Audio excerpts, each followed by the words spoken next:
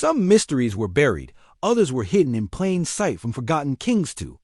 Whispering stones, let these ancient puzzles guide you into stillness. If even one of them stirs your curiosity, give the like button a quiet nudge. It's been waiting centuries. Chapter 1. The Ubaid lizard figurines. The sun rises slowly over the plains of southern Iraq, burning away. The thin morning haze that clings to the earth like breath, held too long in the dry soil. Just north of the marshes, a low mound rises from the flatness, a featureless swell to the tall, untrained eye, but to archaeologists, it is a whisper of the past, a ruin buried under centuries of wind and sand. This is Tel El-Ubaid, a site older than the great ziggurats and the first royal tombs, older even than writing itself. And here in this quiet hill of dust and broken clay, something strange once waited beneath the surface, small, fragile, and staring with eyes that do not seem quite human. The figurines were not found in grand hoards, nor accompanied by golden treasure or monumental inscriptions. They were scattered in temple ruins, mixed into domestic refuse, unearthed one by one like seeds of a forgotten story. Each is barely a hand's length tall, shaped in terracotta with a care that belies their size. At first glance they resemble the stylized forms common to early Mesopotamian art: narrow torsos, folded arms, tilted heads. But the longer one looks, the more unsettling they become. Their heads are elongated, almost serpentine, with high craniums and deep-set almond-shaped eyes. Tiny scales are etched into the clay. Some have slitted nostrils and mouths drawn into what could be grimaces or perhaps calm expressions utterly alien to modern human emotion. Their bodies are humanoid, though stiff, with arms tucked close to the chest or reaching forward. A few are clearly female with visible breasts and rounded hips. Some cradle infants with long-headed features mirroring their own. Others appear in postures of formality, arms arranged in ways that suggest ritual or authority. One sits with legs crossed, hands folded in its lap, wearing what looks like a tunic and a helmet. Not functional armor, but a smooth, rounded cap sculpted with ridges that might symbolize rank or divinity. Belts and sashes appear on several, cinched tight around waist or slung across chest. These are not abstract idols. They are deliberate, specific, even individualized, dated to roughly 4,000 billion C.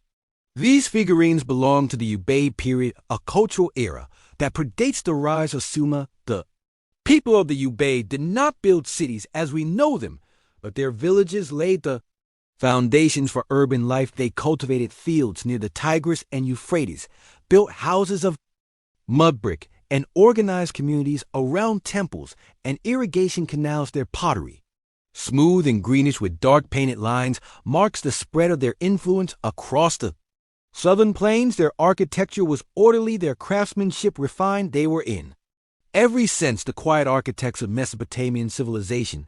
And yet among the plain shards of bowls and the bones of goats, these figurines appear like interruptions in a pattern familiar but not quite explainable. Excavators working at Tel El-Ubaid in the early 20th century described the site as a kind of layered time capsule. Beneath the surface lay striations of habitation, each layer revealing the remnants of people who lived, cooked, worshipped, and died in roughly the same place for generations. Temples had once stood here, though time had flattened their walls and scattered their contents within the ruins.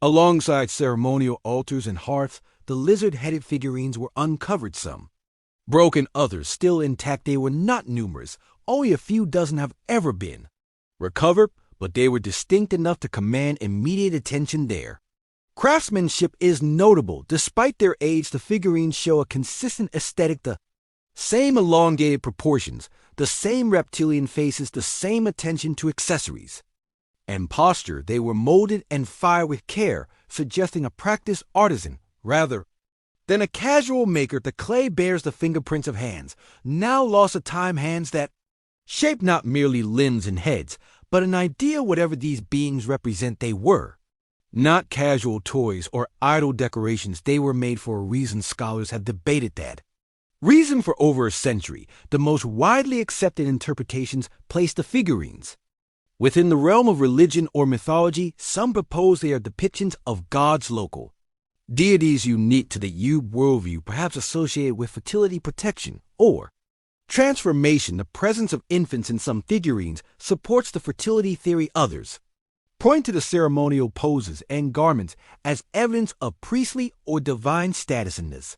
View the reptilian features are not literal but symbolic, perhaps referencing a creature of mythotomic animal or a spiritual archetype understood by the people of the time, yet the figurines remain anomalous, even by ancient Mesopotamian standards, later Sumerian and Akkadian art is filled with gods and monsters, bearded skyfathers, lion-headed demons, eagle, winged spirits, but none resemble these calm-scaled figures with their flat stares and unnatural craniums. The discontinuity raises questions. Why do these forms appear in the Ubaid period and not persist into later iconography?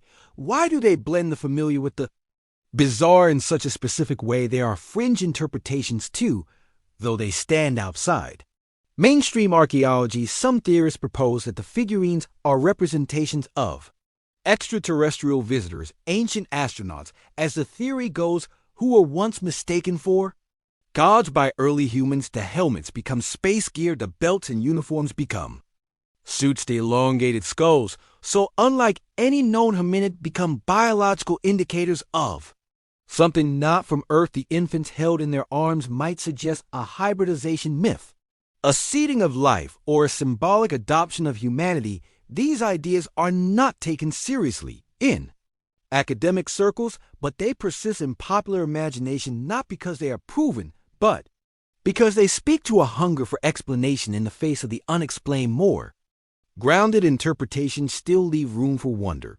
Some scholars suggest the figurines may have been used in rituals related to transformation or protection. Reptiles in many cultures symbolize regeneration, shedding, renewal. Could the Ubaid people have associated these beings with the natural cycle of life and death, perhaps invoking them during childbirth, illness, or agricultural rites? The detail in the figurines suggests that they were more than abstract concepts. Their posture seemed deliberate, almost stage-like scenes frozen in time, reenactments of stories or roles no longer remembered. The environment in which they lived offers a kind of silence that surrounds the mystery. In 4000 B.C. Tay, southern Iraq, was a land of marshes, reeds, and slowly shifting river settlements. Hugged the higher ground raised above the water's seasonal reach villages, like the one at Tel Ubaid, would have consisted of flat-roofed houses clustered around a central temple or meeting place. Life was communal, but structured, ordered by the rhythms of farming, fishing, and the movement of animals. In such a world, the appearance of these lizard-headed figures would not have been taken lightly. They were not mere decorations. They carried meaning, perhaps even fear or reverence. There is also the possibility that the figurines represented ancestral spirits or protective household beings, guardians, watchers, intermediaries between the human world and the divine. Their small size made them portable, suitable for private rituals or shrine offerings, yet the care with which they were made implies a public function as well. If they were merely personal charms, why dress them in ceremonial garb or depict them holding children in carefully arranged poses? The ambiguity deepens the intrigue. These were not mass protest trinkets. They were statements. Time has obscured the language in which those statements were made. The people left no written records, no myths or hymns carved in stone. We have only what was shaped by their hands, their tools, their dwellings, their pottery, and these unsettling figures. The figurines do not explain themselves. They sit in museum cases, now cool under glass. Their expressions unchanged across millennia. People lean in to look, drawn by the subtle unease they evoke. What were these beings meant to be? Who was supposed to see them? And what were they supposed to feel? The mystery of the Ubaid lizard figurines is not just in their form, but in their isolation.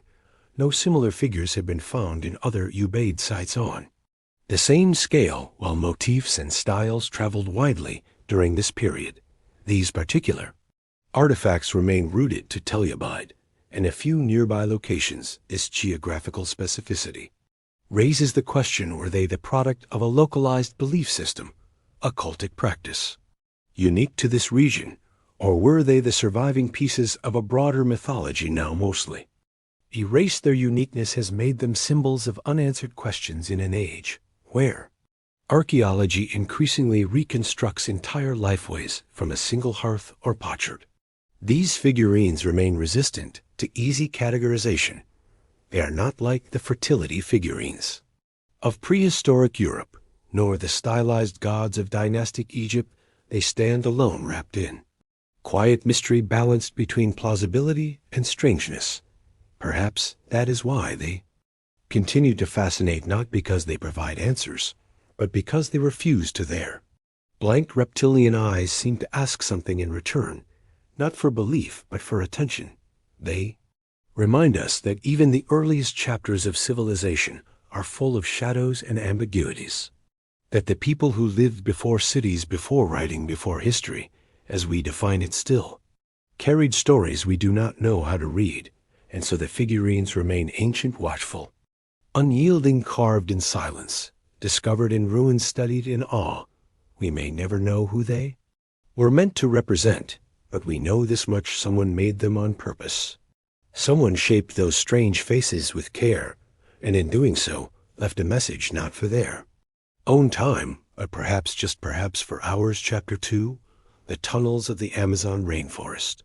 Beneath the tangled canopy of Brazil's Amazon rainforest, where vines coil like ropes around towering trunks, and the air hums with the layered sound of life, something unexpected lies hidden underfoot. Not bones or ruins, not treasure or traps, but tunnels massive, dark, impossibly old. They're not carved by machines. They're not hewn from stone by hand. They're too strange for it, that their walls are curved, their ceilings domed, their interiors worn smooth by something that once moved through them, steadily and with immense force, and in the dim light that filters through their entrances you can see them claw marks deep, deliberate gouges etched into the earth by something with size, strength, and purpose. These tunnels appear without warning. A farmer clearing land might stumble into one. When tunnels appear, tractor wheel collapses into emptiness. A road crew carving through a hillside finds the opening like a mouth, cut into clay. In some cases, the rainforest reclaims them entirely. Their entrances choked with roots, their floors flooded with groundwater.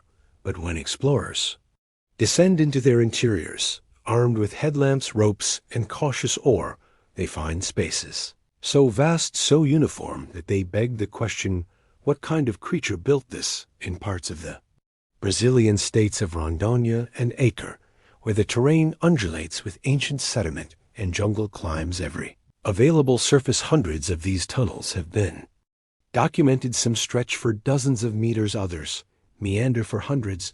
Their diameters range from narrow crawl spaces to walkable corridors nearly 2 meters high and several meters wide. The geometry is strangely consistent, always rounded, always arched, as though traced by a living body rather than eroded by water or fractured by tectonics. Natural caves don't look like this. Lava tubes don't curve like this. These are not fissures left behind by ice or pressure. They are pathways sculpted, intentional, worn into form by movement. Geologists, skeptical at first, have come to accept a compelling explanation.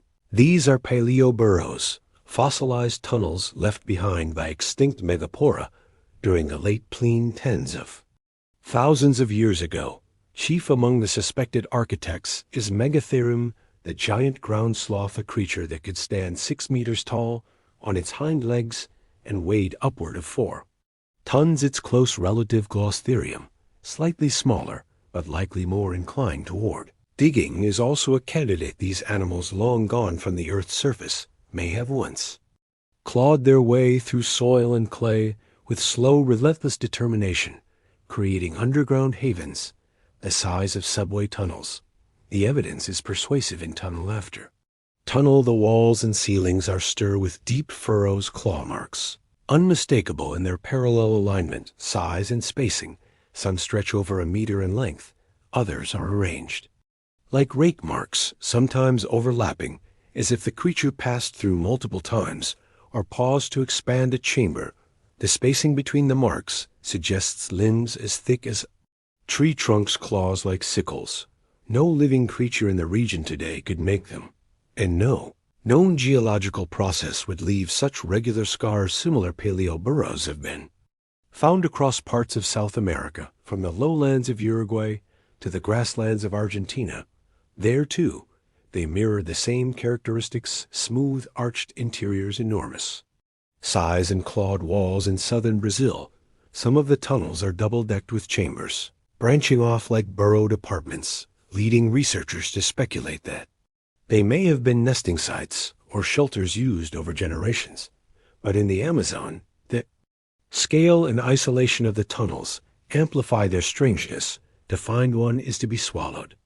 Descend into their interiors armed with headlamps, ropes, and cautious oar. They find spaces so vast, so uniform, that they beg the question what kind of creature built this in parts of the Brazilian states of Rondônia and Acre, where the terrain undulates with ancient sediment and jungle. Climbs every available surface. Hundreds of these tunnels have been documented. Some stretch for dozens of meters, others meander for hundreds. Their diameters range from narrow crawl spaces to walkable corridors nearly 2 meters high and several meters wide. The geometry is strangely consistent, always rounded, always arched, as though traced by a living body rather than eroded by water or fractured by tectonics. Natural caves don't look like this. Lava tubes don't curve like this. These are not fissures left behind by ice or pressure. They are pathways sculpted, intentional, worn into form by movement. Geologists, skeptical at first, have come to accept a compelling explanation.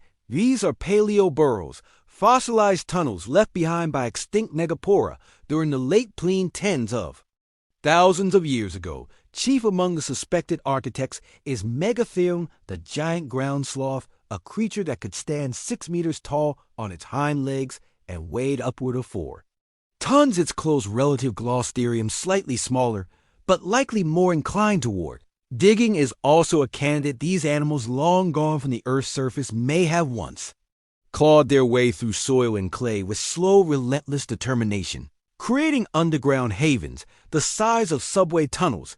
The evidence is persuasive. In tunnel after tunnel, the walls and ceilings are with deep furrows, claw marks, unmistakable in their parallel alignment, size, and spacing.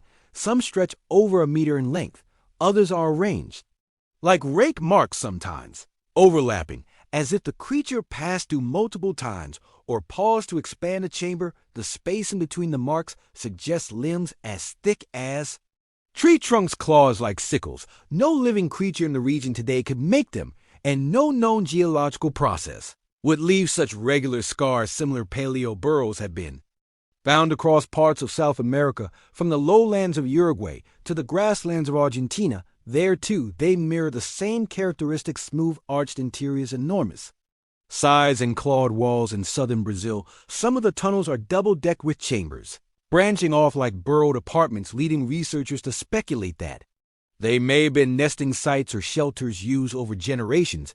But in the Amazon, the scale and isolation of the tunnels amplify their strangeness. To find one is to be swallowed by a passage made long before human feet ever touched the continent. To enter a paleoburrow is to feel the weight of geological time settle over your shoulders. The air inside is still and musty, with the faint tang of damp stone and ancient soil. Light disappears quickly. A headlamp casts a tight beam across the walls, illuminating their curvature and the gouges that scored him. The floor, flattened by whatever passed through over centuries, is packed and silent. There is no echo, only absorption, no sound but your own breath. The tunnel narrows or bends or rises into a chamber, and each new turn feels like a step further back into a world not built by cities or speech, but by instinct and claw. And yet a question lingers. Why would a creature so massive, too large to flee into a hole, too slow to escape predation, go to the trouble of digging shelter? Is one possibility. The Amazon, even in ancient times, offered a brutal mix of rain, sun, and shifting climate.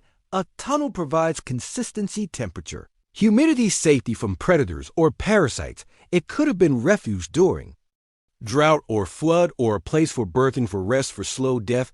But the effort required is staggering. A single tunnel could represent months, even years of work were they communal. Were they reused, no one can say for certain. Alternative theories, as they always do, rise in the spaces left by uncertainty. Some locals speak of tunnels built by ancient peoples lost to time civilizations that predate the Amazon's known. Tribes builders who use forgotten technologies to carve the earth. A few go further, imagining non-human intelligence visitors from elsewhere, vast machines or hollow earth networks stretching beneath the jungle. These ideas persist not because of evidence, but because of the tunnel's refusal to explain themselves, their size, their form, their eerie silence. They invite speculation. They resist categorization, and in a place as vast and mysterious as the Amazon, the boundary between science and wonder is easily blurred. The rainforest itself adds to the enigma. It is an ecosystem of overwhelming density and noise, cicadas shrieking in the heat, monkeys calling from hidden branches, frogs piping from unseen puddles. It is alive in every direction, layers upon layers of life, competing, climbing, decomposing, and beneath it all, hidden under root and fern and ancient sediment, these tunnels lie still.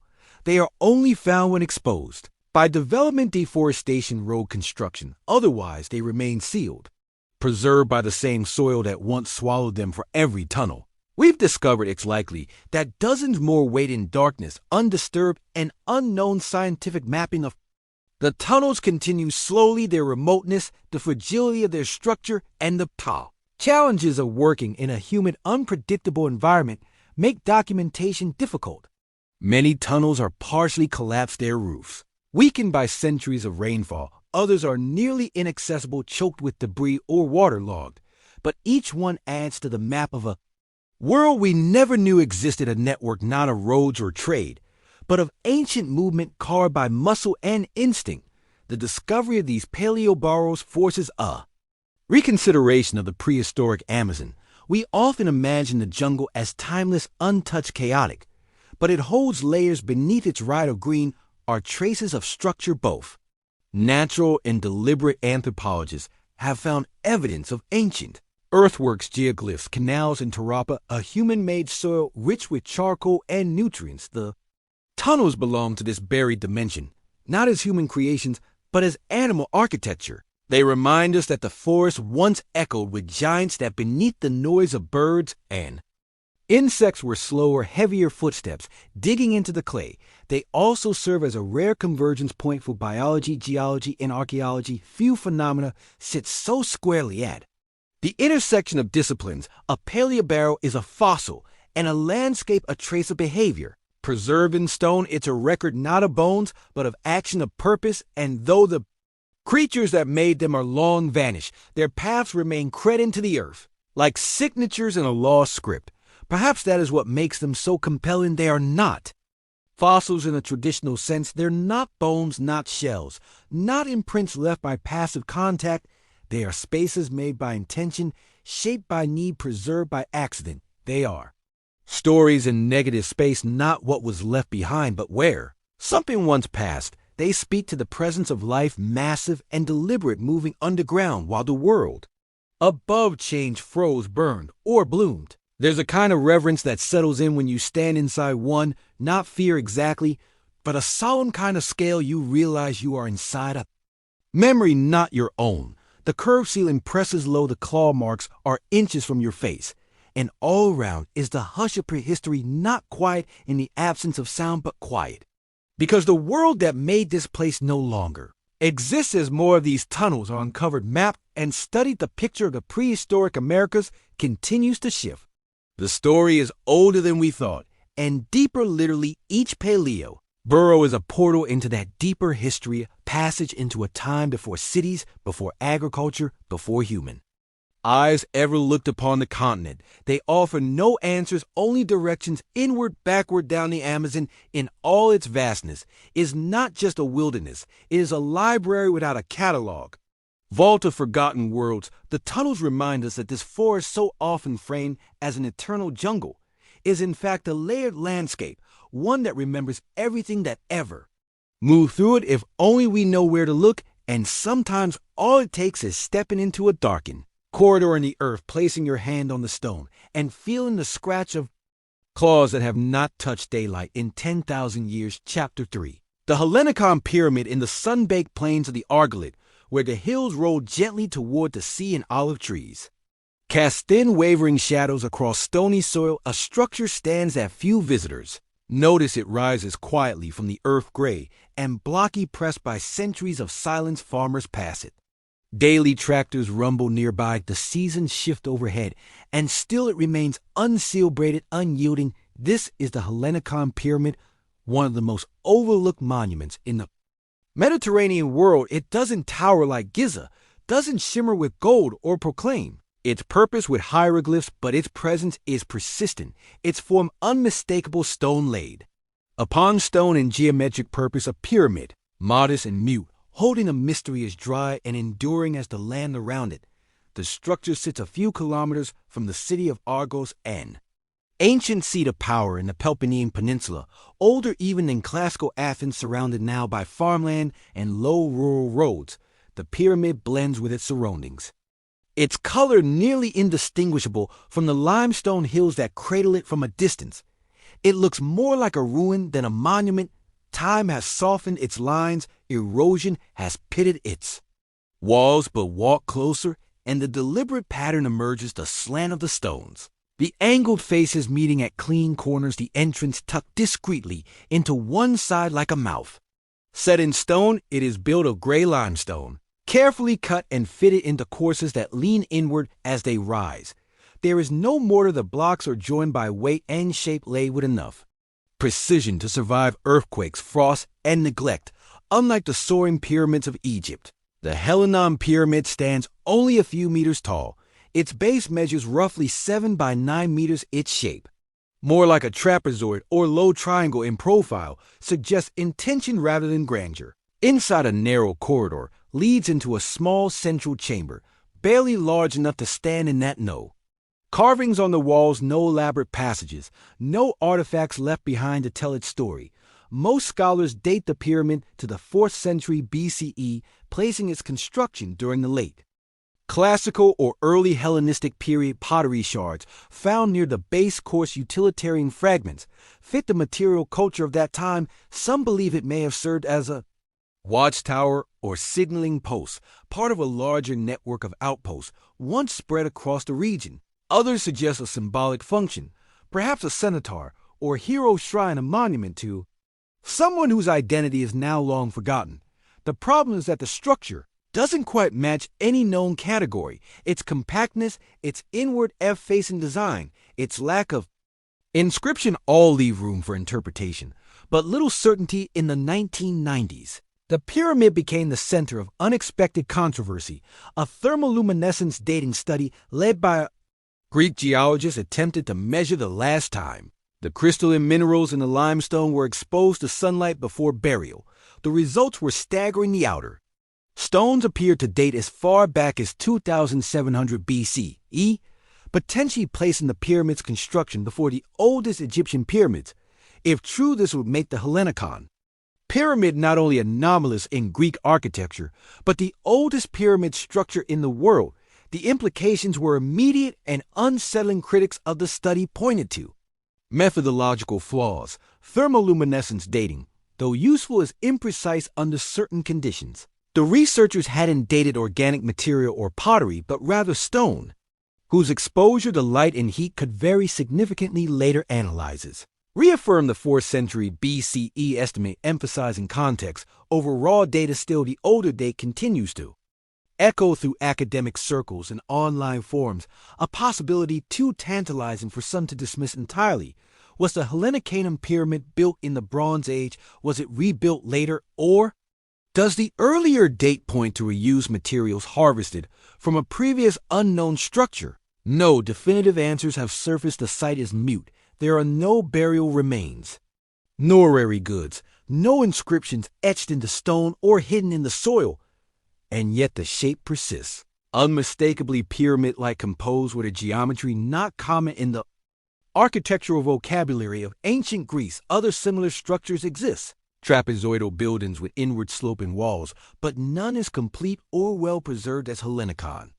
Their distribution, scattered and sparse, suggests that if there was once a tradition of pyramid Building in Greece, it was limited, brief, or poorly understood by later generations too.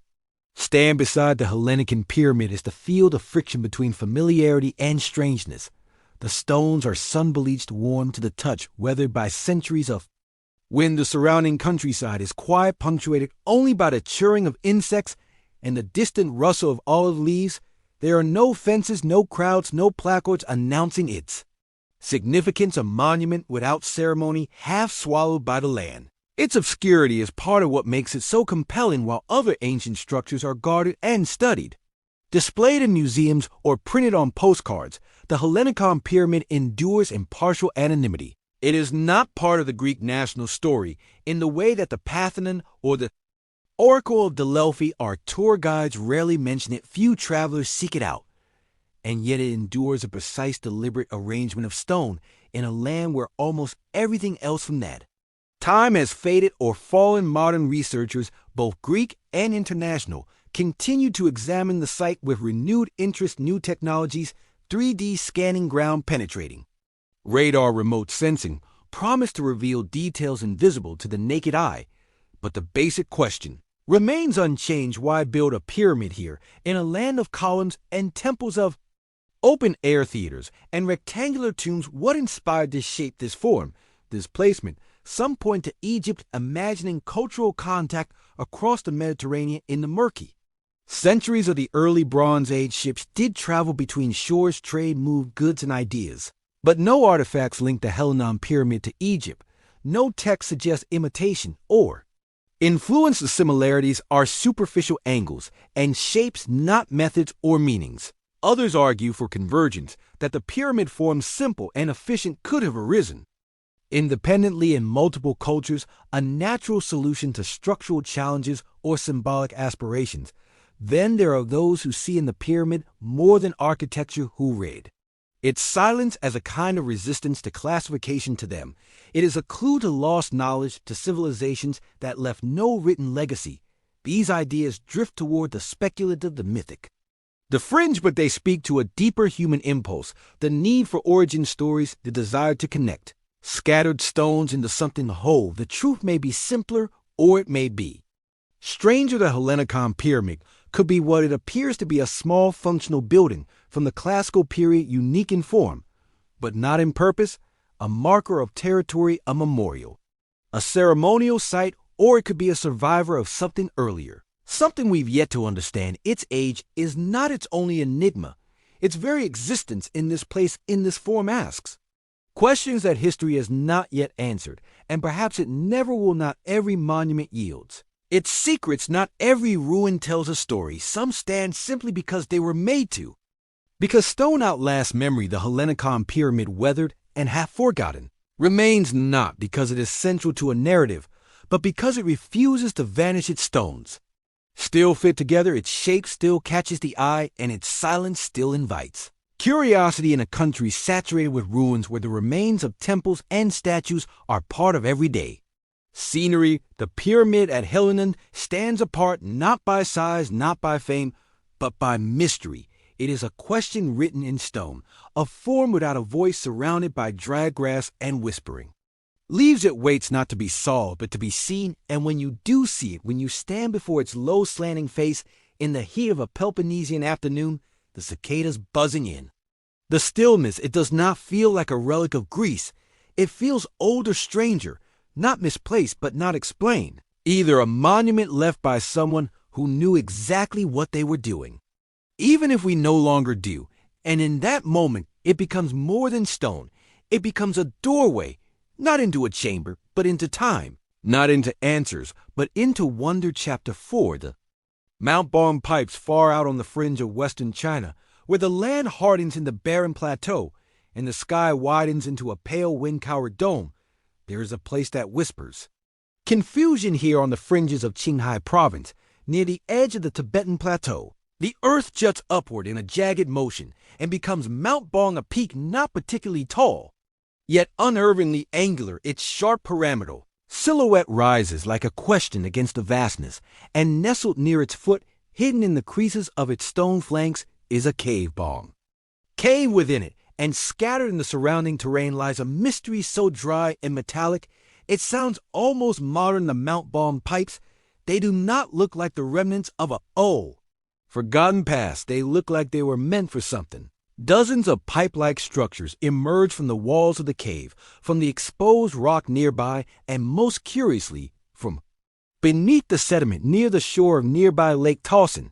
They protrude at angles, some embedded, like rebar in concrete, others rising from the soil like the rusted vertebrae of an extinct machine. The shapes are tubular, cylindrical, hollow in places, and strikingly straight. Some are narrow, no wider than a thumb. Others reach the diameter of a human arm or leg.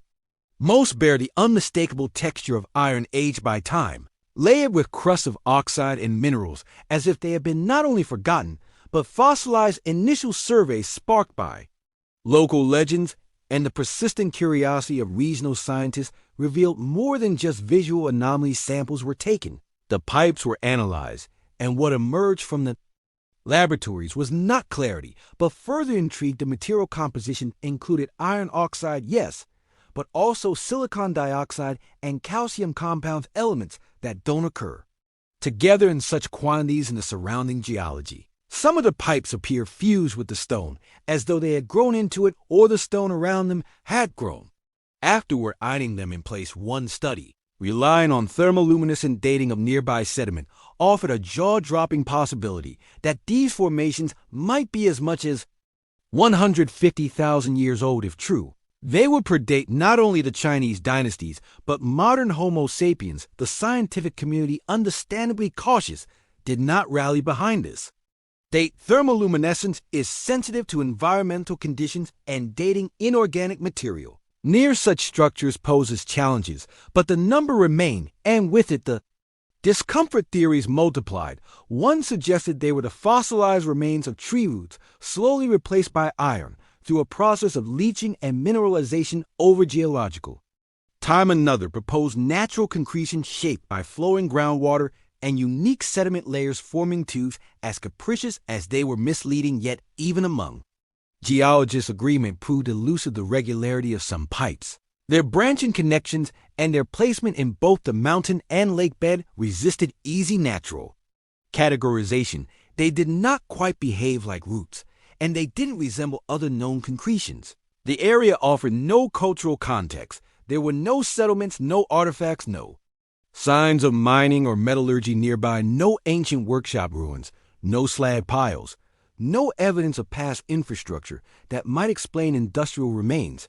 This absence fed to mystery. Some fringe theories, quickly amplified by curious minds and speculative publications, proposed that the pipes were remnants of ancient machinery or part of a long-lost technological culture that predated known history. A few, leaping further, whispered of alien origins, citing the pyramid-like shape of Mount Baigong itself as a signpost of design rather than geology. None of these claims have been substantiated. There are no inscriptions, no identifiable construction marks, no organic remains associated with human activity, yet the impression persists that something here does not fit. The pipes do not sit like ancient tools in a museum case, arranged and labeled. They pierce through layers of rock and silt as though placed with intent, only to be forgotten. Lake Towson, lying pale and alkaline under the cold light of Qinghai's sky, is ringing with the same emptiness. Its waterline shifts with the polar line, seasons exposing and concealing more fragments of pipe. Some vanish below the surface, others curl around boulders or vanish into the cliffside. The air is thin here, the wind constant. Vegetation is sparse, and the land feels hollowed out by time. It is a place where stories could grow in the cracks between facts. It did not take long for attention to shift from the geological to the conspiratorial after an initial surge of scientific interest in the early 2000s. The Chinese authorities limited access to the site. Some say this was due to safety concerns. The terrain is rugged and treacherous, with little infrastructure. Others suspect the decision was made to stem the tide of wild speculation. Instead, the restriction only added fuel. The less seen, the more imagined. The Mount Baum pipes gained their own mythos. Online photos circulated, long rust-cold tubes half swallowed by stone. Reports surfaced that some pipes have been found beneath the lake bed, suggesting a network far larger than the visible remains. There were claims never formally verified that some sections contain crystalline structures or that the pipes conducted an unusual level of static electricity. As with many mysteries housed in distant, inaccessible places, the silence around them became a canvas. Scientific efforts did not entirely disappear. Teams continued to analyze samples trying to determine how iron, silica, and other minerals could form such structures through natural processes. One study noted the presence of microfossils in the surrounding material, suggesting ancient biological activity in the area, but nothing yet explains why the pipes appear so uniform, so artificially aligned. Even the fossilized root theory struggles to account for the branching patterns that mimic plumbing more than plant life. The mountain remains indifferent, its sharp ridges cut against the sky, unmarked by vegetation, jagged as a broken tooth from certain angles. The slope resembles a step pyramid with horizontal lines of rock strata, reinforcing the illusion it is an odd geometry, but not necessarily a deliberate one. Still, for those standing below it, staring into the mouth of the Baigong cave with its rust streaked walls and stony silence, it can feel deliberate, it can feel chosen. In the absence of answers, the landscape itself offers a kind of narrative. It is harsh, exposed, and eerily quiet. There are no signs of life beyond wind-carved lichens and the occasional wing beat of a high-altitude bird. Even the road that winds near the site is a rough track. More suggestion than highway to visit is to be alone with the question. Perhaps that is why the Mount Baigong pipes persist in public fascination, not because of what they are, but because of where they are. Their very presence in such a remote, inhospitable place heightens their mystery. If they were located in a populated region surrounded by ruins or relics, the mind would reach for context. But here, where no one was supposed to be, metal emerges from stone, indifferent to explanation. There is a tension in mysteries like this. On one side is the discipline of science, slow, methodical, constrained by what can be proven. On the other is the gravitational pull of the unexplained. We are pattern-seeking creatures, and when faced with lines in stone, our minds draw conclusions faster than our tools. The Baigong pipes sit exactly at that intersection, too strange to ignore, too unresolved to define. Geologists continue to argue theories or refine samples, revisited conclusions tested. No consensus has yet formed. The pipes defy closure. They remain lodged in the cliffside and in the cultural imagination, a metal riddle in a land of dust and silence. No evidence of a lost civilization has emerged. No alien probe has revealed itself. But the questions endure because the shapes are still there, still clean, still incongruous, still unanswered. And perhaps that is enough. Not every enigma demands resolution. Some, like the Mount Baigong pipes, serve as a reminder that the world is older, stranger, and more layered than our current understanding can fully grasp at beneath the surface of accepted knowledge. There are still hollows in the stone, places where something unknown once passed through and left its shape behind. Chapter 5. The Yonaguni Monument. Off the southern edge of Yonaguni Island, where Japan's Ryukyu archipelago dissolves into the Pacific, there is a place where the ocean seems to remember a different shape beneath the waves some 25 meters down. Divers in the 1980s stumbled upon something unexpected, a series of massive stone formations, angular and immense, their geometry eerily suggestive of architecture. Rather than accident, this submerged complex, now known as the Yonaguni Monument, has sparked decades of fascination and debate. It rests at the convergence of tectonic plate boundaries and cultural imaginations. A stone puzzle resting quietly beneath the sea, the monument's most iconic features towering tiered structure that resembles a ziggurat or step pyramid. From a distance, it appears as a broad, flat platform descending in deliberate stages. Its faces are sharply honeyed, its steps regular and rectangular, as though carved with intent. Broad terraces lead to narrower passages. There are deep clefts and symmetrical lines. Columns seem to emerge from the stone like forgotten supports of some long-vanished hall, and all of it lies under layers of coral and current, sanded smooth by centuries of oceanic motion too. Some, it is obvious that the monument is a relic of human creation. Masaki Kamura, a marine geologist from the University of the Ryukyu, has spent decades diving these waters, mapping the formations and cataloging features that he believes could only have been made by human hands. He points to right angles, seemingly artificial steps, and carved channels. He has described what appear to be post holes and tunnel-like corridors, and even speculates about carvings that may once have adorned the surface now lost to erosion. Kimura proposes that the site could date back at least 10,000 years to a time when sea levels were significantly lower and the area could have supported coastal settlements, but others remain unconvinced. Geologists, skeptical of Kimura's conclusions, point to the properties of the local sandstone. This is a region where tectonic pressure and natural faulting often fracture rock into neat rectangular blocks. Erosion from waves and weather can create formations that mimic human craftsmanship. They argue that what looks like deliberate construction may in fact be a coincidence of geology, the slow artistry of pressure, water, and time, and they note that no definitive artifacts have been recovered from the site. No tools, no ceramics, no inscriptions without material culture to accompany the structure. They see no clear proof of civilization still. The visual impression is hard to shake. Divers who descend into the currents surrounding Yonaguni report the uncanny feeling of entering a submerged world. Visibility is often limited, the water charged with drifting plankton, and flickers of light. Schools of fish swim along what look like corridors. Coral clings to ledges. The steps descend in silence. Some divers report a sense of vastness, of solemnity, as though exploring the ruins of a drowned city. The smoothness of the walls in places, the flatness of the floors, the intersections of surfaces at right angles all combine to make the site feel architectural, if not entirely artificial. There are rectangular pools that resemble ceremonial basins, features that have been interpreted as roads or canals, though their paths disappear into rock or reef. A structure that resembles a platform, altar, or throne. These, and yet for every proposed function, there is a natural analog that could plausibly explain it. The monument exists in that gray space where geological formation and human perception overlap. Speculation, of course, has not stopped at human hands. The monument's depth and potential antiquity have led some to suggest that it is a remnant of a lost civilization, one that predates known history, possibly even existing before the end of the last ice age. These ideas often drift into the territory of myth. Lemur and other sunken continents invoked as possible homes for the builders, but these are ideas built more on longing than evidence. They speak to a desire for lost knowledge, for buried glory, for the notion that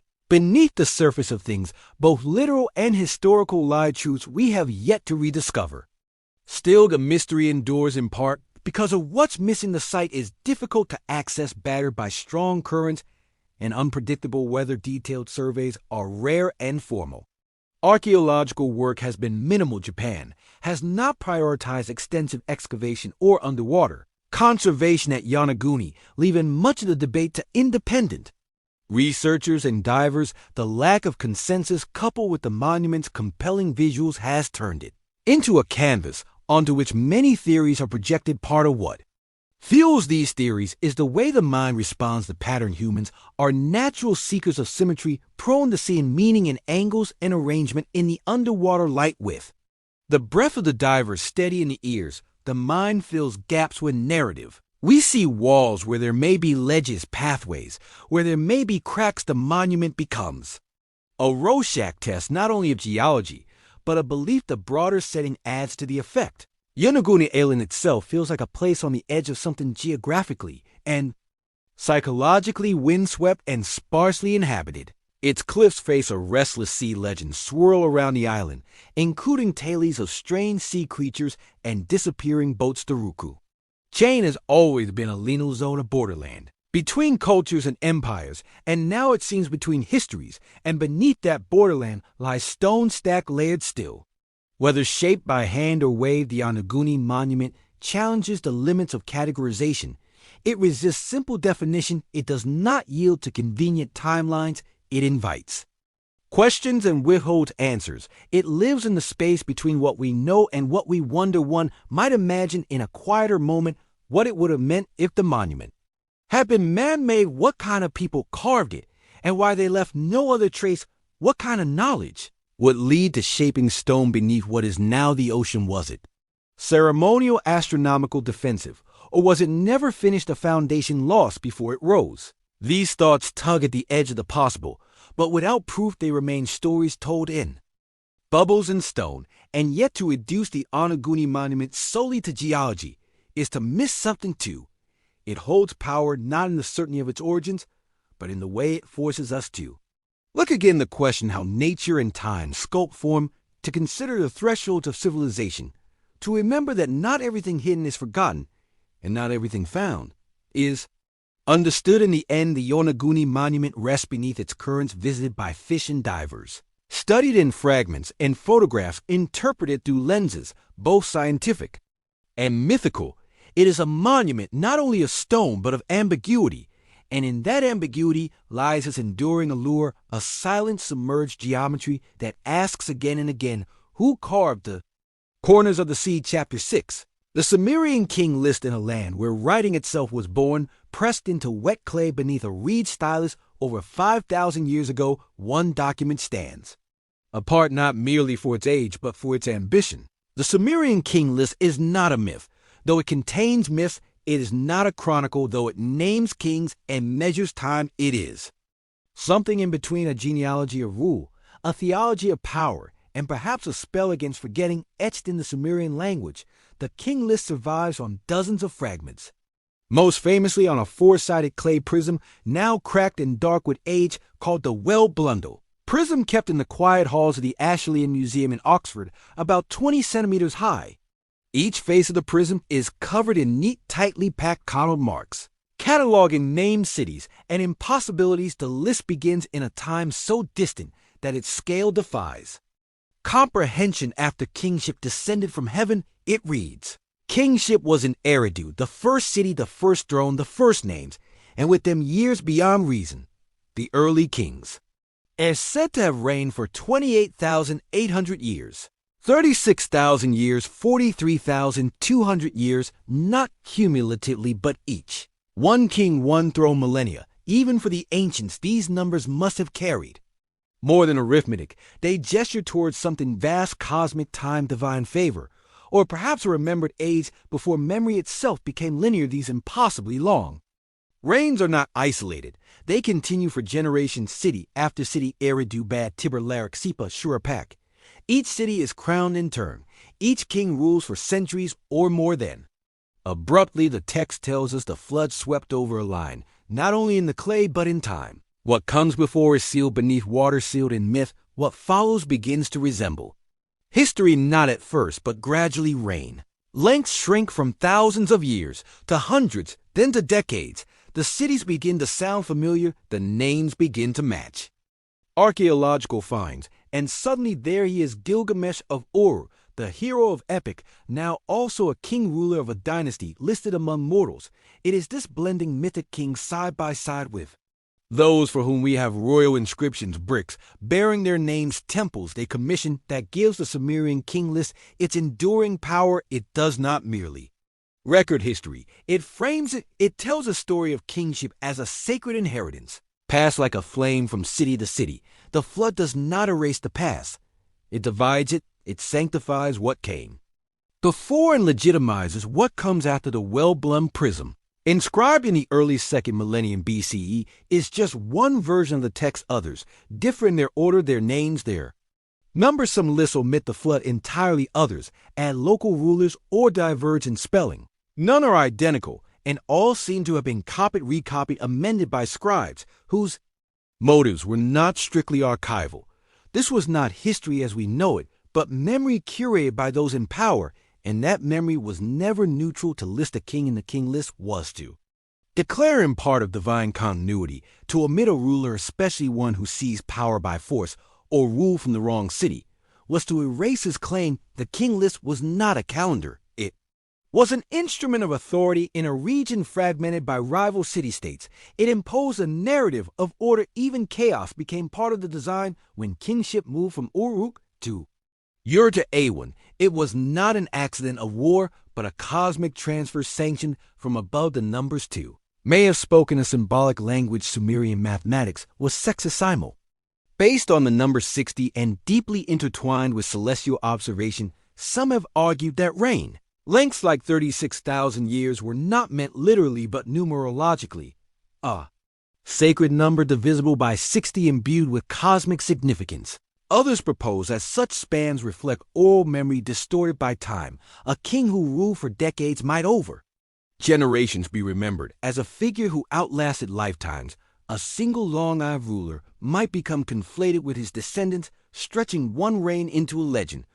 But even if these figures began as metaphor, they were later recorded as fact. The clay tablets do not hedge, they do not say as legend has it, or according to the elders they say this king ruled for 21,000 years, this one 18,600. This is what was. It is a certainty embedded in script, and that certainty once inscribed became canon. The tablets themselves are remarkably consistent.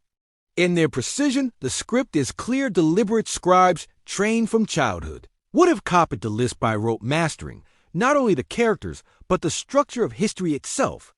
Damage to many tablets, cracks, missing corners, water erosion makes full translation difficult. But what survives is astonishing in the well-blundled prism 4 columns hold over 300 lines of text naming more than 100 kings and over a dozen dynasties. Some cities rise again and again, kiss, others vanish after a single line. Each name, each number is a doorway to a time half lost, yet for all this detail we still do not know who first composed the list. Was it a priest scribe working in Neper or a royal historian in O? Was it first recited aloud in temple courtyards or taught in scribal schools as a way of instilling cosmic order? The earliest versions may have emerged around 2100 BCE during the third dynasty of Ur, a time of bureaucratic flourish and imperial ambition. In this context, the king list may have served a dual purpose, not only recording a past, but justifying the present to show that kingship had always flowed toward one's own capital, that the current ruler stood at the summit of a divine lineage. This was not merely flattering, it was political theology. And yet the list is not blindly loyal. It does not smooth over discontinuities. It records abrupt shifts. Then kingship was taken to Agada, then to Isin. Sometimes the list acknowledges usurpers or rulers with no obvious legitimacy. There is space in its order for disorder, as though it understood that even divinely sanctioned rule must pass through periods of fractured. Scholars today wrestle with its contradictions. Why include fantastical reigns alongside plausible ones? Why preserve a text that so clearly merges fable with fact? The answer may lie not in confusion, but in worldview. To the Sumerians, myth and history were not opposites. They were layers. The deep past, the time of kings who ruled for millennia, was not less true because it was supernatural. It was more true. It was foundational. What happened in those mythic ages shaped what came after. To write it down was not to report, but to align, to place one's city, one's dynasty within the great chain of being that began when kingship descended from heaven. In that sense, the Sumerian king list is less a record than a ritual, each line chanted, each king named, each reign marked in the language of eternity. Even the flood, a cataclysm echoed in the epic of Gilgamesh in Babylonian myth in Genesis, serves not to end the list, but to divide it, to sanctify it. Before the flood, the world was one thing, after it was another, but the kings continue bridging both sides today. The king list stands not only as a window into Sumerian civilization, but as a mirror to ourselves. It reflects a deep human impulse to arrange time, to place names in sequence, to find meaning in succession, to say this came before, this comes after, and we belong to the line in an era without clocks or calendars. This list was a spine of history, curved, flawed, part real, part dream, but necessary. And there is one more thing. The list ends not with a flourish, not with finality. It simply stops. A last king, a last city, then nothing, as if the scribe ran out of clay or breath or certainty, as if history itself paused, waiting for someone else to pick up the stylus and continue. In the museum case in Oxford, the well-blundered prism sits behind glass under careful light. It is dry, chip dense with meaning. It does not proclaim, it whispers. Each wedge-shaped mark is a trace of someone who believed that to rule was to participate in the divine, that memory could be carved, that time could be captured. The kings it names are long gone, their cities are ruins. But their order remains part fable, part fact, pressed into clay, asking still, how long is a rain? And how far back does the story go? Chapter 7. The D spheres in the heavy heat of southern Costa Rica, where the air carries the scent of wet earth and distant salt the D's. Delta sprawls between jungle, river, and sea. The land here is restless, soaked in rain laced with estuaries, overgrown and humming with unseen movement. It is a place where roots reach deeper than buildings, where the past doesn't announce itself with monuments or walls, but with something stranger. Stone spheres smooth and silent, resting in the ground as though placed there by the hand of something. Both patient and precise, there are hundreds of them, more than 300 documented across the region. Some lie half buried in soft soil.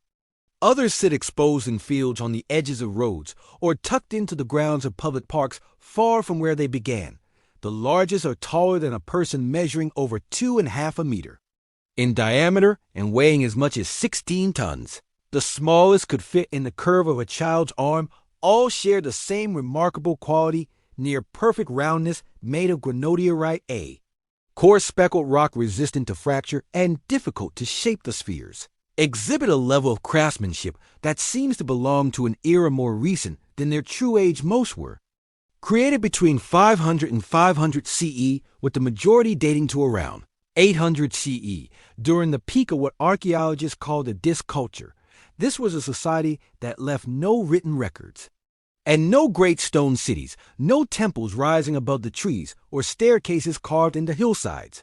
Instead, it left these spheres rounded, measured, intentional. The mystery is not just that they exist, but how the D's people had no metal tools that we know of, no iron chisels or bronze instruments. They had no wheels to assist in moving the stones, no beasts of burden, no advanced engineering systems, and yet they shaped granodiorite, a stone so hard it resists even modern carving, with enough precision that some of the spheres deviate from true spherical geometry by less than a single percent. The techniques they use remain uncertain. Some scholars suggest they were pecked into shape with other stones ground smooth with sand and water, polished by hand over months or years, but the scale of labor required is staggering. These are not accidents of erosion. They are deliberate acts of creation. Their original settings add to the enigma.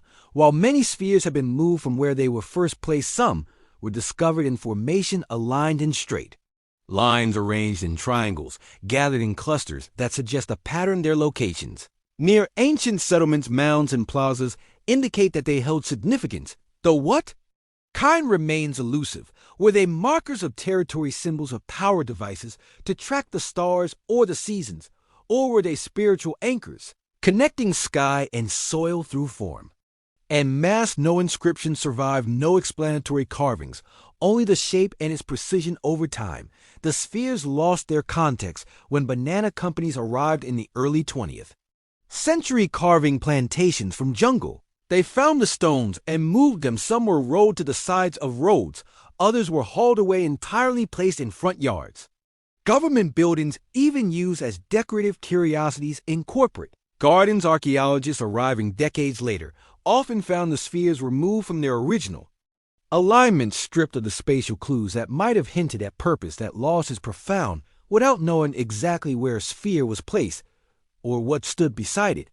Interpretation becomes guesswork. A sphere removed from a ceremonial center cannot tell us if it faced the sunrise on solstice or pointed to the resting place of a leader. What remains is a collection of brilliant, isolated artifacts, separated from the web of meaning that once surrounded them. Efforts to protect what's left have grown in recent years. Costa Rican archaeologists, supported by the National Museum and UNESCO, have worked to study, catalog, and preserve the spheres. In 2014, 4 archaeological sites in the Diquís Delta were declared a UNESCO World Heritage Site, recognizing the spheres not only as artistic achievements, but as windows into the complexity of a pre-Columbian culture that once flourished and faded beneath the canopy of this region. The surviving alignments at sites like Finker 6, where spheres still sit along ancient causeways and plazas, offer rare glimpses into their original arrangements. It is here, standing in humid silence beside these perfectly shaped stones,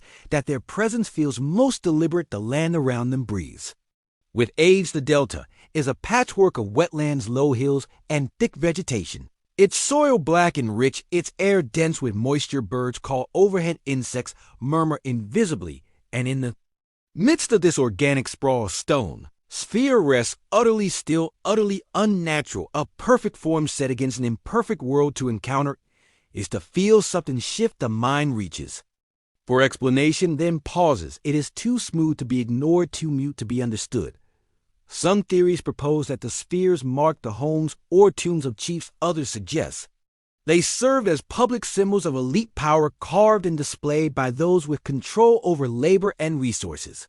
Still others see astronomical intent in their arrangements, curvature of the sphere reflecting the movements of sun and moon, but none of these ideas has yet been proven. The truth for now remains wrapped in stone. What is certain is that the D's culture was not simple.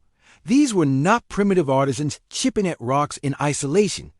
They were builders of complex societies, cultivators of maize, creators of intricate gold work.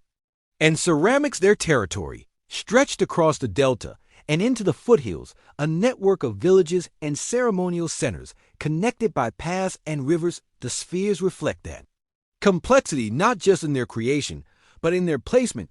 They suggest a worldview that valued order, symmetry, permanence. They speak perhaps to a sense of place that was cosmic as well as communal, but they also reflect absence, the absence of text, the absence of ruins, the absence of living memory. All that remains are forms immense and passive.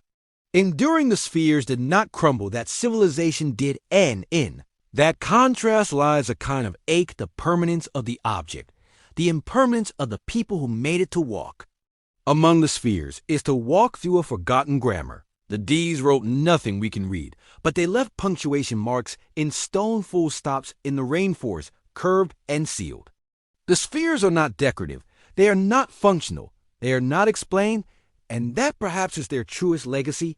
They remind us that not all human expression fits within our systems of knowledge, that a perfect circle carved in silence and placed with care can carry more than language ever will. Even now, when archaeologists measure the spheres with calipers and photograph them with drones, when conservationists fight to keep them from cracking under sun and time, they resist being reduced. Their meaning may be lost, but their presence is undeniable. They were not made to crumble. They were made to last, and so they remain scattered across the delta like anchors left behind by a vanished fleet. Some are upright, some are tilted, some have been cracked or scarred by weather and machines, but many are whole, and in their stillness they continue to pose a question that has not yet found its answer. They are not waiting to be solved. They are not puzzles. They are statements. Their roundness is not just technical. It is philosophical. It resists hierarchy, direction. In balance, it suggests a view of the world in which wholeness mattered more than height, where perfection lay not in towering over others, but in being complete in oneself. That's such an idea was carved from rock, without metal, in a rainforest by a people we barely remember.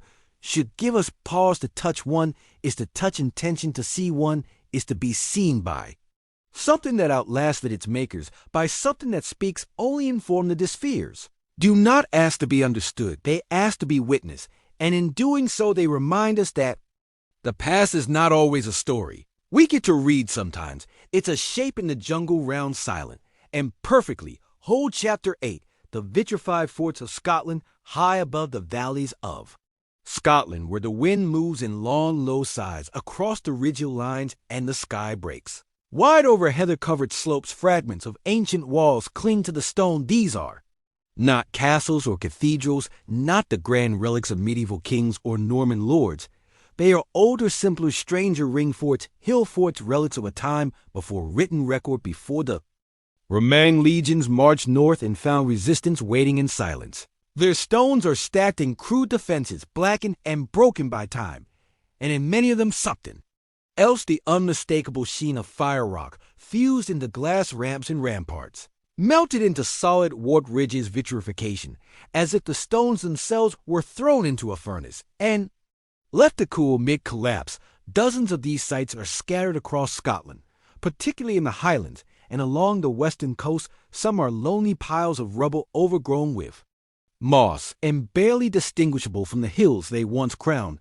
Others still command a view, ancient silhouettes against the mist, keeping vigil over the same valleys and lochs they once guarded places like Dundee Airedale in Glen Nevis, perched with sweeping views of the river, far below Tappanoff, rising above the Aberdeenshire landscape with its enormous circular wall. Craig Fatchard near Inverness, where charred fragments lie fused like lava, twisted and cooled. Each of them bears the same scar stones melted at impossible heat. This is the heart of the mystery. Vitrification requires temperatures well above 1000 C. A typical wood fire left open to the elements reaches nowhere near that, not even half, unless carefully fed. Shielded and stoked for hours, yet something centuries ago managed to bring those walls to such intensity that granite and sandstone began to liquefy. The outer faces of boulders are glazed, and blistered inner cores are congealed into black glass. Whole sections of ramparts are bound together, their once separate stones now fused into single twisted masses. The effect is unnatural, as if fire had run its hands through the fortress and left the stones forever. Altered, the forts themselves date to the Iron Age, roughly 700 BCE to 100 CE, built by unknown hands in a time of shifting tribes and unwritten histories. Their function was both defensive and symbolic. Raised above the land, they offer visibility, protection, and a statement of presence, but nothing in the standard toolkit of Iron Age builders explains the vitrification no-kills large enough, no bellows, no record of processes that could sustain such heat over entire walls. And yet it happened again and again. Some archaeologists once believed the vitrification was unintentional, the byproduct of fire set during siege. Invaders perhaps set the ramparts ablaze, and the fires, fanned by wind and fed by timber-laced construction, burn hot enough to melt the stone. But tests have shown that such fires, even with optimal conditions, are unlikely to reach the necessary temperature. Without deliberate control, others suggest ritual destruction, that when a fort was abandoned, its walls were burned in ceremony, melted into permanence to mark the end of its use. But this too raises more questions than answers. Why destroy your own fortification in so spectacular a fashion? Why go to such effort with such violent heat still? Others propose a more esoteric purpose, that vitrification was intentional from the beginning, not to destroy, but to strengthen. That melting the outer layers of a rampart would in theory bind the wall into a more durable whole, resistant to weather and attack. But no reliable evidence supports this. The vitrified sections are often structurally compromised, brittle, rather than reinforced, and the amount of fuel required to produce such an effect across vast walls would have been staggering. Whole forests consumed for a single experiment in fire. That is also the possibility that we have misunderstood the process entirely, that what remains is not a reflection of construction or a war, but a meaning, a symbolic act lost to time. A burned fort might have been a mark of ritual closure, a transformation of place from one state to another. Or perhaps vitrification was a visual language, a display of power through mastery of fire, a claim not just to territory, but to knowledge. The difficulty is that the builders left number explanations, no scripts, no symbols, no names etched into stone. Only these fused ramparts sealed in their own silence. Some sites complicate the picture further. Dunmax, Nick, and near the coast of Argyll shows signs of having been burned more than once. Layers of vitrified rock suggest repeated exposure to intense heat. Was this fort built, burned, and rebuilt? Cycle of destruction and resurrection? Or were the fires accidental, the result of repeated conflict? Each site offers clues, but none settles the question. They're too old to dare. Context too fragmented to yield a single-story modern. Archaeologists have attempted to recreate vitrification in controlled settings. Experimental reconstructions have been built, their walls exposed to fire with bellows and carefully managed. Fearsome success has been achieved. Vitrification is possible under the right conditions with massive effort, but even those who replicate the effect admit the challenge. It is not easily done. It is not something a small group could accomplish casually.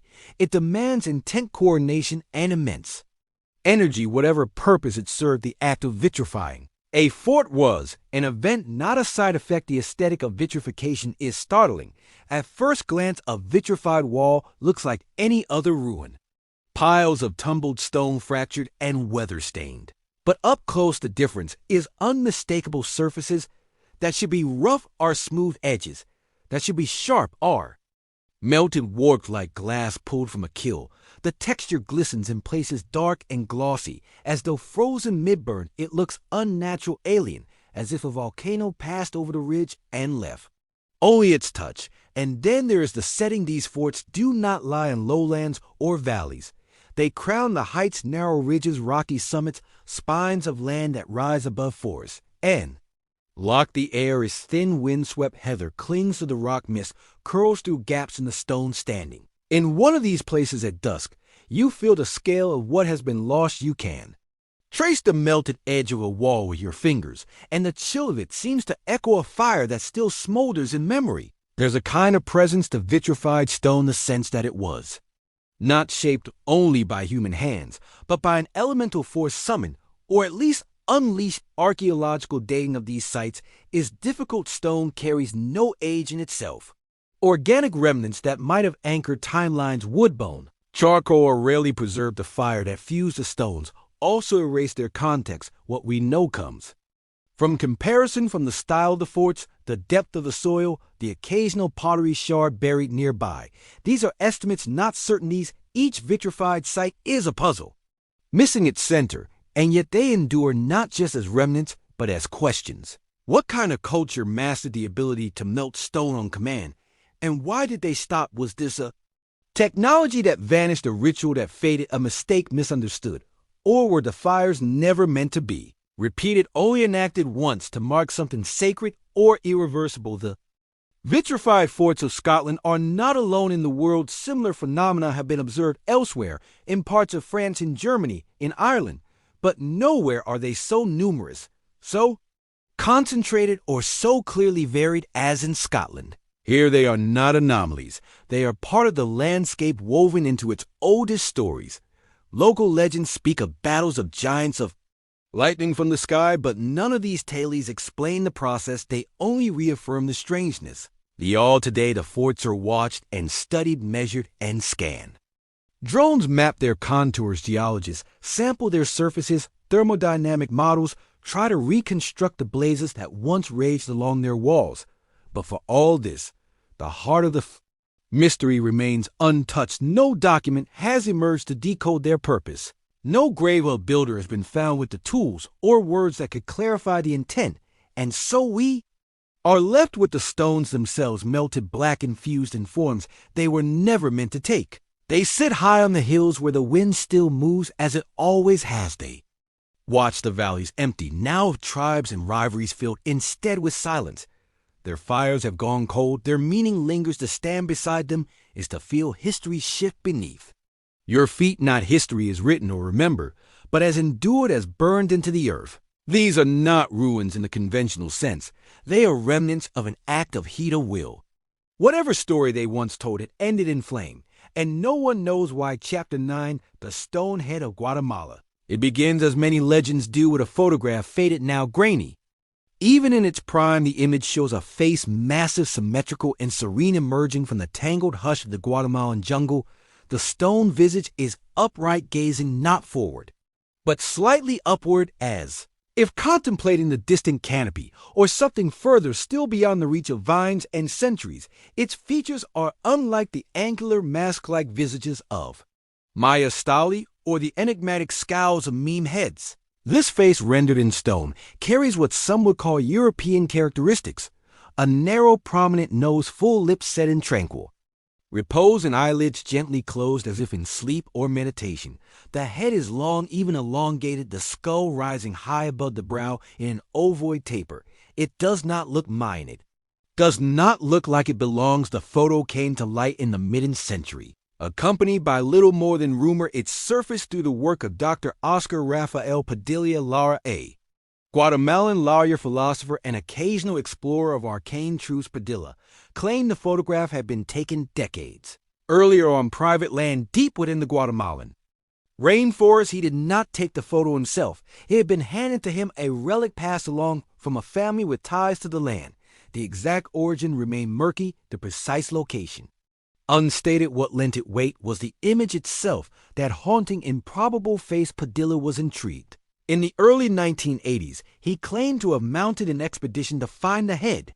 According to his account, he located the site only to discover that the monument had been grievously defaced. Military forces operating in the area, he said, had used it for target practice. The nose was broken, the lips shattered. The face, once pristine and oddly peaceful, was now pocked with bullet holes and strewn with stone fragments. No coordinates were ever released. No scholarly team documented the journey, and yet the story spread. The image and the legend caught the attention of alternative historians and fringe theorists who seized upon the apparent anomaly. To them, the stone head was a smoking gun, evidence of a civilization lost, a history erased from the textbooks. Perhaps deliberately, some linked it to the long-speculated ancient continent of Atlantis. Others whispered of Mu, the Pacific's mythical counterpart.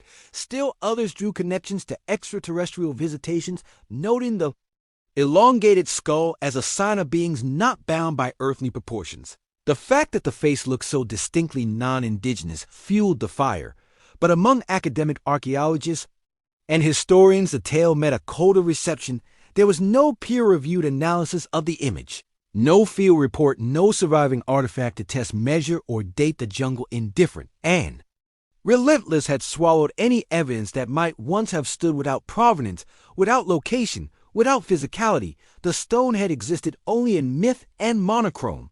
Skeptics posited that the photograph may have shown a modern sculpture, perhaps carved in the early 20th century by a landowner with European tastes or artistic inclinations. Others suggested it could be an elaborate hoax, the kind born from blurred photos, unclear intentions, and a willing suspension of disbelief with no follow-up discovery. The story remained in limbo, too murky for confirmation, too compelling to discard. The power of the image, however, proved more enduring than the stone it supposedly depicted in the photograph. The surrounding jungle is thick but subdued. Broad-leaf plants creep around the base of the head, framing it in green moss, clings to the curves of the cheek. Sculpture is such it appears half submerged in the earth, as though it had been buried for centuries, and only recently revealed. There are no markers, no glyphs, no other features visible in the shot, just the face and the quiet. The monument's visual language stands apart from known Mesoamerican traditions. The mech heads with their broad noses, helmet-like headgear, and stocky realism speak of a different aesthetic and a different purpose. Maya stonework, detailed and hieroglyphic, is often part of a larger narrative, but the stone head, as seen in the lone photograph, is aloof. It tells no story. It offers no context. It simply is, and in that silence 1,000 interpretations are born. Some point to similar anomalies in art across the Americas. Sculptural forms or motifs that seem to defy local tradition or appear suddenly without stylistic evolution. These are rare, often disputed, and generally explained as local variation, post-colonial influence, or the occasional eccentric patron. Yet when faced with something as striking as the Guatemalan head, such explanations feel provisional.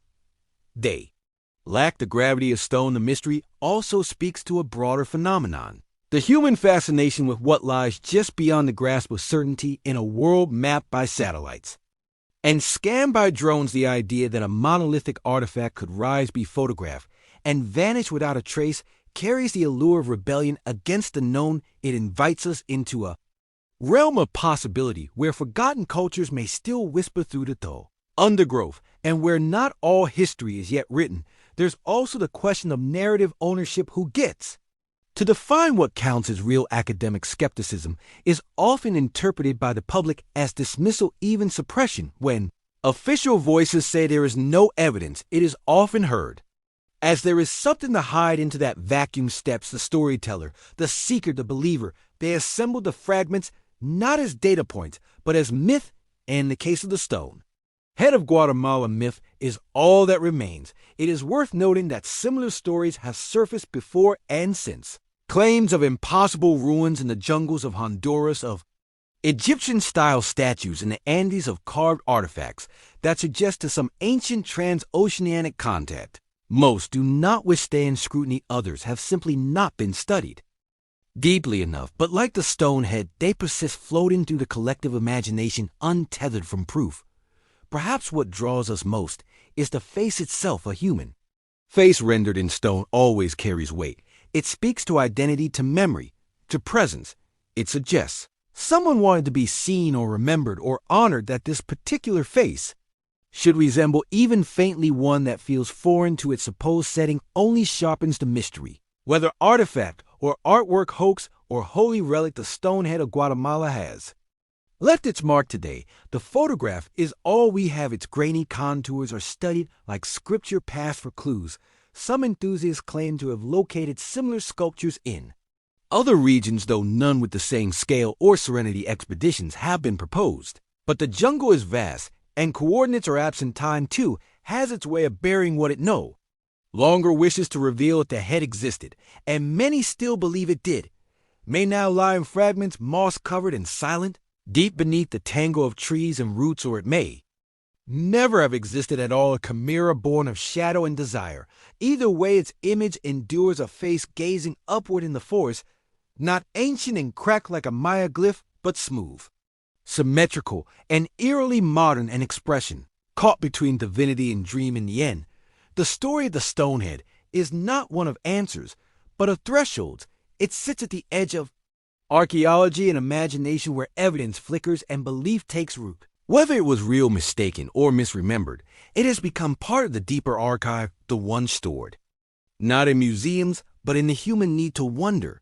And in that space, the stone still waits, not to be proven, not to be solved, but simply to be seen. Chapter 10.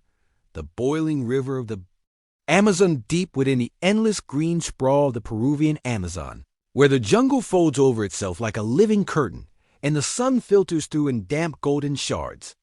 There's a place where water defies expectation. Here in the Remoteacu region flows a river that scolds rather than cools, that steams instead of soothes. The Sheikh Tempishka, often referred to as the boiling river, cuts through the forest like a ribbon of liquid fire. For over 4 miles, it moves with a deceptive tranquility, its glassy surface hiding a deadly truth. The water within reaches temperatures of up to 95 C, nearly the boiling point. To stand on its banks is to feel a heat that radiates not just from the air, but from the earth itself. The humidity clings to skin like gores soaked in sweat. Mist rolls off the river in slow exhalations, and the scent of sulfur, faint but unmistakable, lingers beneath the perfume of orchids and decaying leaves.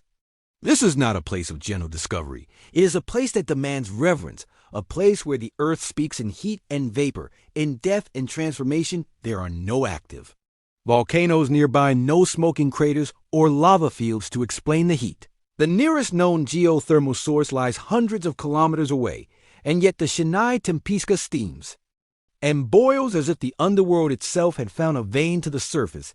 It's an anomaly that confounded even seasoned scientists when it first began to attract outside attention. The river had been known to the Ashaninka people for generations. To them, it is sacred, and its heat is not merely geological, but spiritual. They speak of Yakumama, the mother of the waters, a powerful serpent spirit who coils through the riverbeds of the Amazon and gives this place its heat, its breath, its mystery. The legend holds that when Yakumama sleeps, the waters cool. When she stirs, they boil. When geoscientist Andres Russo heard the tales as a child from his Peruvian grandfather, he dismissed them as folklore. Rivers don't boil, he thought, but years later, as a doctoral student, curiosity overcame skepticism. He went in search of the river, and with the help of local shamans, found it. What he saw stunned him.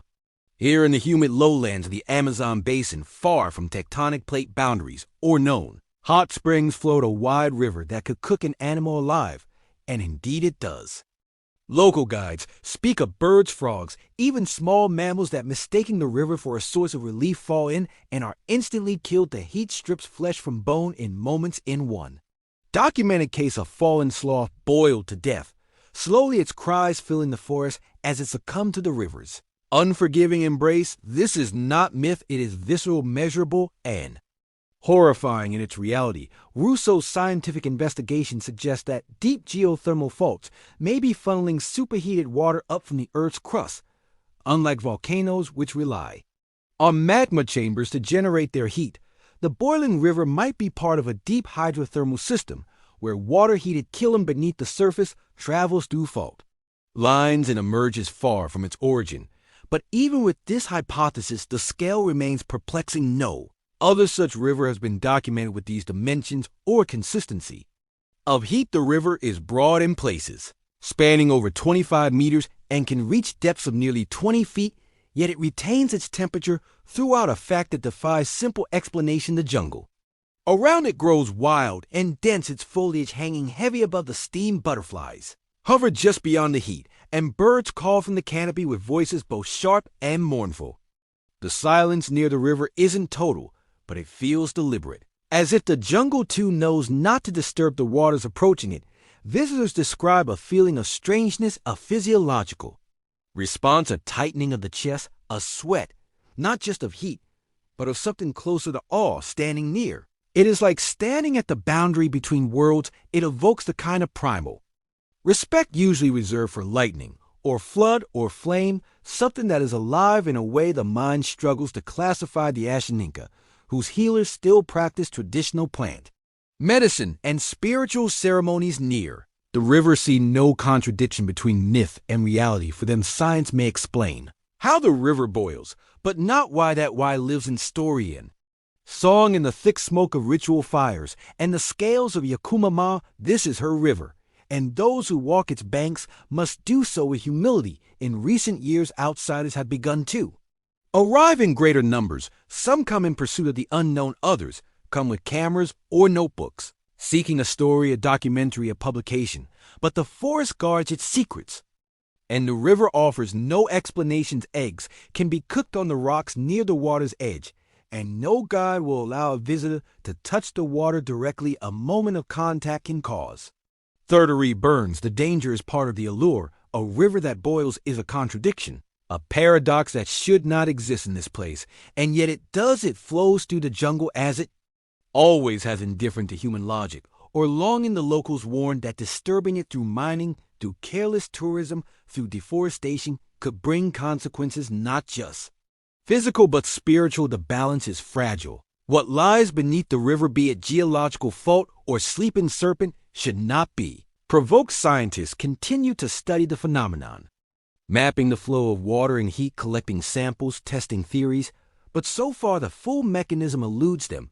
It remains a place where understanding falters, where two modes of knowing, the empirical and the mythic, circle each other like tributaries that never quite merge. As the sun rises over the canopy, the steam of the shite and pishka catches the light in ghostly trails. The water bubbles and murmurs, indifferent to our need to explain. In this pocket of the world, knowledge is not conquest, it is communion. The river does not ask to be solved, it asks only to be seen and remembered here. Science does not silence story, and story does not reject science. They coexist like the river and the forest, intertwined, humid, mysterious. A boiling river hundreds of miles from fire, humming with the secret of heat, watched over by a serpent spirit, and whispered through the leaves of a jungle that has always known more than it says. Chapter 11. The Mo Cave's secret library in the remote Gobi Desert of northwestern China, where wind carves through sandstone cliffs and silence spreads like a sheet over the earth. There lies a seam in the rock that once held 1,000 voices near the oasis town of Dunhuang, on the edge of the Taklaman, an ancient gateway known as the Mogao Caves, or the Caves of the 1,000 Buddhas, stands like a forgotten library stacked into the skin of the mountain. For over a millennium, these grottos served as a sacred refuge for pilgrims, artists, monks, and merchants traveling the Silk Road, leaving behind offerings not only of incense and prayer, but of image, story, and script. The cliffs are pocked with more than 700 man-made caves, each one a cell of devotion, carved into the sandstone by patient hands between the 4th and 14th centuries. Inside the walls breathe colored bodhisattvas with flowing robes, mandalas spinning in gold and lapis, gods and demons, musicians and kings. The murals stretch over vast surfaces, curling up into the ceilings like the memory of song. Some caves house statues as tall as buildings. Others cradle small niches for meditation. This is not one monument, but a chorus of centuries and Yet the most extraordinary discovery in Mogao was not a painting or a sculpture. It was a door, or rather the absence of one, in 1900. A Taoist monk named Wang Yuanlu, who had taken on the care of the site, almost single-handedly noticed a crack in the plaster of a back wall inside. Cave 16-something beneath it seemed hollow, chipping away with cautious hands. He revealed an opening into another space sealed tight for hundreds of years. What lay behind that wall was a room no larger than a modest chamber, but packed from floor to ceiling with scrolls, manuscripts, banners, textiles, and painted panels. It was a secret library. The air inside would have been close and dry, preserving what it held like a time capsule. Dust coated the bundles. The floor was crowded with scripture wrapped in silk, wooden boxes tied with faded cords, and stacks of bamboo slips. The text had not seen sunlight in nearly 1,000 years. There were tens of thousands of them, written in over a dozen languages: Chinese, Tibetan, Sanskrit, Scythian, Uyghur, Khotonese. Some were sacred sutras, copied by candlelight, their calligraphy steady and reverent. Others were practical contracts, ledgers, medicinal treatises, calendars, dictionaries, musical scores, and stories for children. One artifact would become particularly famous: the diamond sutra, dated to 868 CE, printed with wooden blocks on paper. A complete book predating Gutenberg by nearly 6 centuries. Its coffin names the patron who commissioned it, seeking to honor his parents, binding a gesture of faith into ink and paper. The contents of the chamber range from the 4th to the 11th centuries, yet no inscription explains why the room was sealed. Scholars have speculated: was it to protect these sacred texts during an era of political instability or invasion?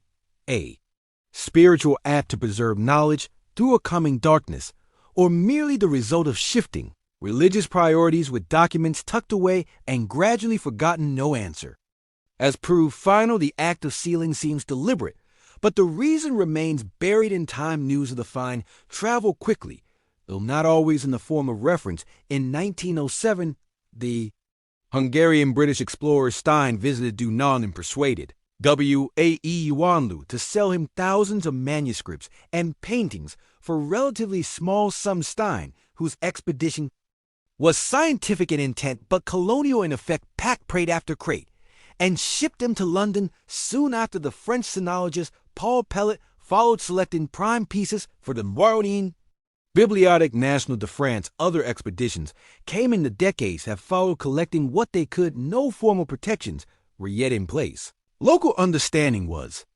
limited by lack of institutional support. The Great Library of Cave 17 was scattered to the winds. Today, major portions of its contents are housed in the British Library, the National Library of China, the Bibliothèque Nationale, and institutions in Russia, Japan, and the United States. A small portion remains in Dunwall. The dispersal has had two effects. On one hand, the few manuscripts have been preserved, studied, and digitized. On the other, their physical separation from their original site has sparked lasting debates about cultural ownership and historical justice. Wang Yuanlu, who once slept in the caves and cared for their paintings as best he could, died in obscurity. The significance of the find cannot be overstated. The library redefined what historians knew about the Silk Road, not only as a network of trade, but as a web of spiritual and intellectual exchange. Buddhism traveled in more than relics and chants. It carried grammar books, cosmologies, pharmacopoeias, and records of daily life. These texts provided new insight into the rise and spread of religious sects, the governance of remote kingdoms, the literacy of lay people, and the poetic voice of entire cultures. One room had unsealed a kaleidoscope of civilization. Walking through mode today, the dry air wraps around you like parchment. The desert presses closed, silent, but not empty. Cliffside staircases wind from one grotto to another, and the murals restored in places worn in.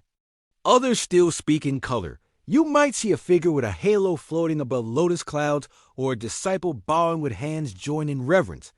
Every cave has its own mood, but none carry the quiet pulse of Cave 17, now protected and empty, its former contents dispersed across the globe. What remains is more than the sum of the artifacts. It is the echo of a decision made long ago by hands. We cannot name someone, perhaps a monk or a librarian, took tens of thousands of texts and placed them inside a room bricked up the entrance, and walked. Away they left, no explanation, no warning, no plea, only paper, ink, and silence. Why do we preserve what we preserve? Why seal a library with no key, trusting that one day it might be rediscovered? The actors won a profound faith in time, in continuity, in the endurance of meaning. The Mogao caves were always about transmission, not only of faith, but of knowledge. Even their murals taught stories, illuminated scriptures, and conveyed lessons to pilgrims who could not read. Cave 17 was that mission multiplied into scrolls. In a way, the library's discovery was not a reawakening, but a continuation. A message sent forward, passed hand to hand over centuries, until someone unrolled the scroll, and reading that moment the anonymous scribe lived again. The brush stroke breathing across a page, as though it had never stopped. The questions remain: who ordered the sealing? What were they afraid of? Or what were they trying to protect? Was it war, or simply the wear of time? Did they hope it would be reopened one day, or did they think the desert would keep it forever? No one knows, but still the voices from that chamber speak. They speak from London and Paris, from Beijing and St. Petersburg. They speak from digital scans and annotated catalogs, from translations and footnotes. And in each voice there is a trace of the desert, a breath of the cliffside wind, and the murmur of ink settling into paper 1,000 years ago. The Mogao caves are not ruins, they are thresholds. To walk their corridors is to move sideways through time, and Cave 17, the sealed chamber, remains the most enigmatic of them all, a secret library not lost but waiting.